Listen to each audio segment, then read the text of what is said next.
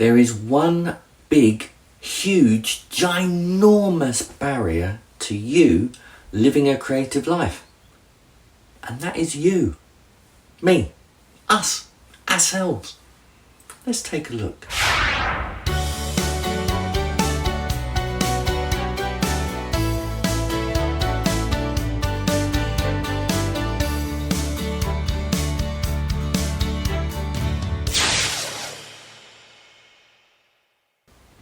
Hello, Darren here, The Creative Minimalist, www.thecreativeminimalist.com. It might be that we dream of a perfect creative life. Everything is in balance. Our time is relaxed and we create in our perfectly situated and stocked studio. The cares and worries of the world are forgotten as we drift into the spiritual bliss of the creative act.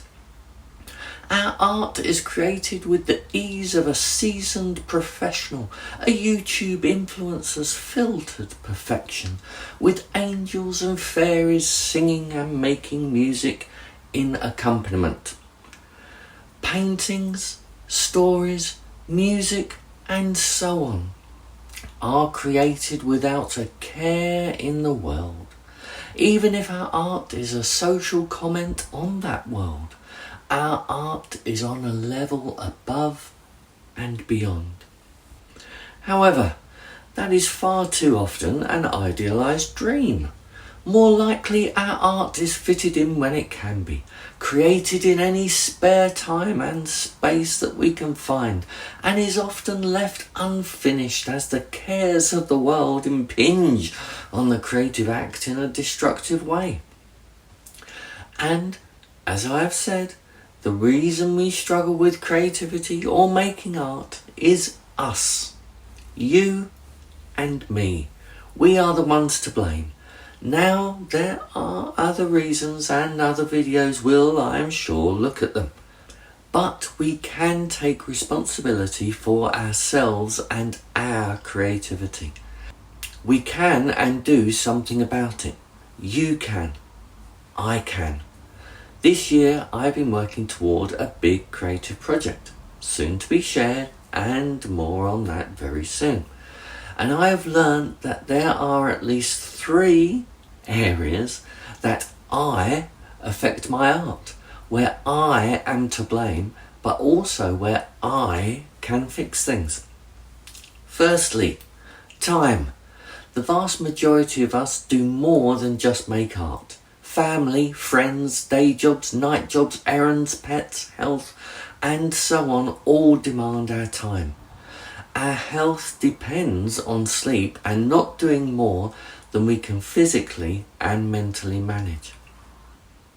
I needed to find time to do my art if I was going to reach my goal. So I looked at what was taking up my time and found that a lot of it was taken up with tasks and frivolity that could be moved or dropped. I needed to sacrifice a few things, at least in the short term.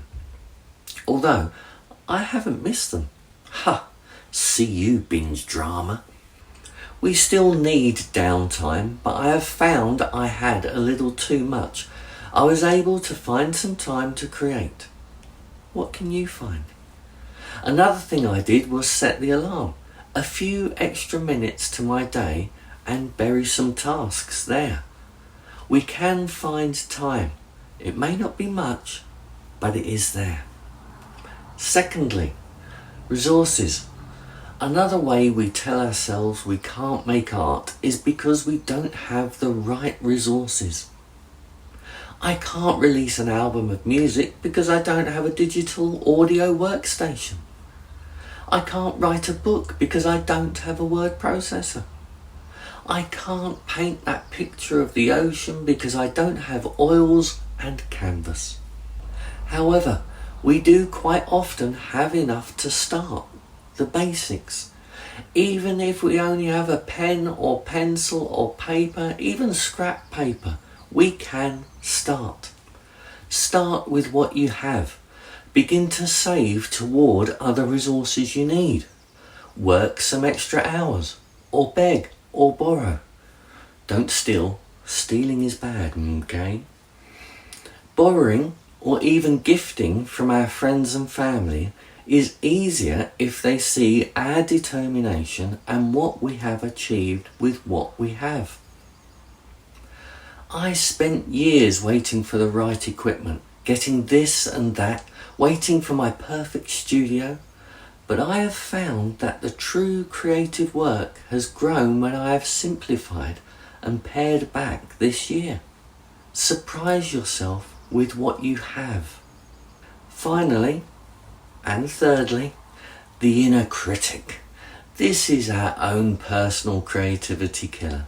I've spoken about imposter syndrome before, but this critter is much more of a subtle, cunning critter. It mutters away saying this or that is not good. Your art sucks. That sounds dreadful. Spelt that wrong again. Grammar? You can't even draw a circle. And so on.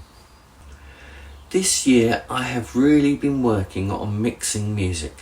I'm not trained, have no academic certificates, but I know what sounds right or good. In January, my mixes were awful and my inner critic was having a field day. In fact, the mixes probably weren't all that bad, but my critic was determined to make me think they were. However, I practiced. I did a little each day. I listened. I sought advice. I learned. I reviewed. Slowly and surely they are sounding better, and I will share those mixes soon. The thing is, the best way to silence the critic is to practice and improve. So, 3 things we can do, you or I, because we are the ones who can. Make time, use what you have, and practice regularly. We may be the biggest barrier to a creative life, but we are also the ones who can climb that barrier. If this video has helped or resonated in any way, please like and subscribe and hit the notification bell. It really does help the channel. I'm off to make a little time, use what I have and practice my art.